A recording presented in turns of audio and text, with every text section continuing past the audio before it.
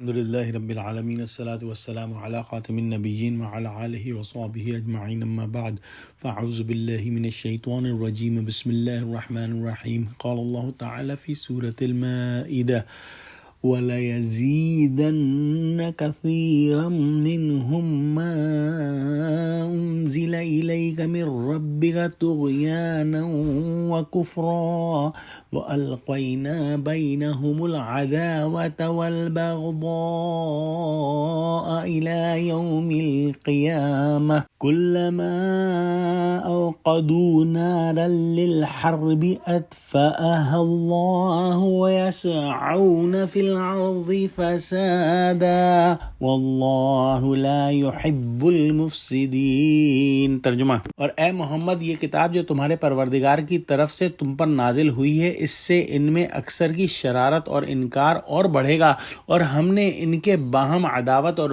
بغض قیامت تک کے لیے ڈال دیا ہے۔ جب لڑائی کے لیے آگ جلاتے ہیں، خدا اس کو بجھا دیتا ہے، اور یہ ملک میں فساد کے لیے دوڑے پھرتے ہیں، اور خدا فساد کرنے والوں کو دوست نہیں رکھتا۔ گویا جو اللہ سبحانہ وتعالی نے آپ صلی اللہ علیہ وسلم پر کتاب نازل فرمائی ہے وہ تو ہدایت کے لیے ہے، لیکن یہودی اس سے ہدایت حاصل نہیں کر رہے۔ ان میں سے چند لوگ ایمان لائے جن کی تعداد زیادہ نہیں۔ وہی لوگ زیادہ ہیں جو اللہ کی کتاب سے ہدایت لینے کی بجائے اس کو اپنے لیے زیادہ سرکشی اور کفر میں بڑھنے کا ذریعہ بنا رہے ہیں۔ حضرت قتادہ تابعی نے فرمایا کہ یہودیوں کو حسد کھا گیا۔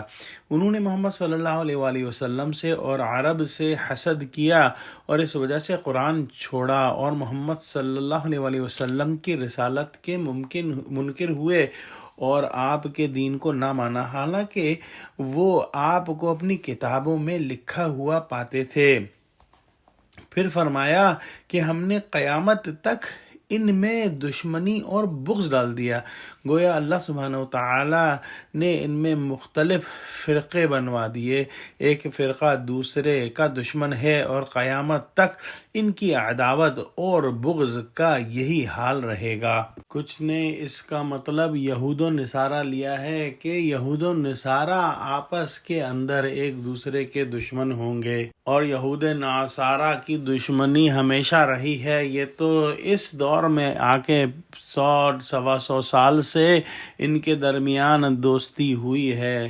پھر فرمایا کہ جب کبھی انہوں نے لڑائی کی آگ جلائی، اللہ نے اسے بجھا دیا، یعنی مسلمانوں کے خلاف تحریک چلاتے رہے اور ان سے لڑنے کی تیاریاں کرتے رہے، لیکن اپنی تیاریوں میں کامیاب نہیں ہوتے، یا تو مرعوب ہو کر رہ جاتے ہیں یا مغلوب ہو جاتے ہیں اور شکست کا منہ دیکھتے ہیں۔ یہودیوں نے ہر موقع پر شکست کھائی۔ بنو قریظہ مقتول ہوئے، بنو نذیر مدینے سے خیبر کو جلا وطن کیے گئے، پھر خیبر میں بھی ان پر چڑھائی کی گئی اور وہاں سے بھی مغلوب و مقہور ہوئے۔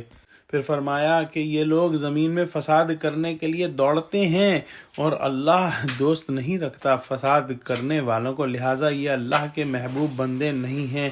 ان الفاظ میں ہمیشہ کے لیے فسادیوں کو تنبیہ کی گئی ہے جو فساد فی الارض کے لیے منصوبے بناتے رہتے ہیں اور فساد کرنے کا مشغلہ رکھتے ہیں۔ دعا کرتے ہیں کہ اللہ سبحانہ وتعالی ہم کو قرآن کا فہم عطا فرما اور ہمارے اندر پچھلے لوگوں کی بری عادتوں کو پیدا نہ فرما۔ آمین۔ وآخر دعوانا الحمد للہ رب العالمین۔ السلام علیکم ورحمۃ اللہ وبرکاتہ۔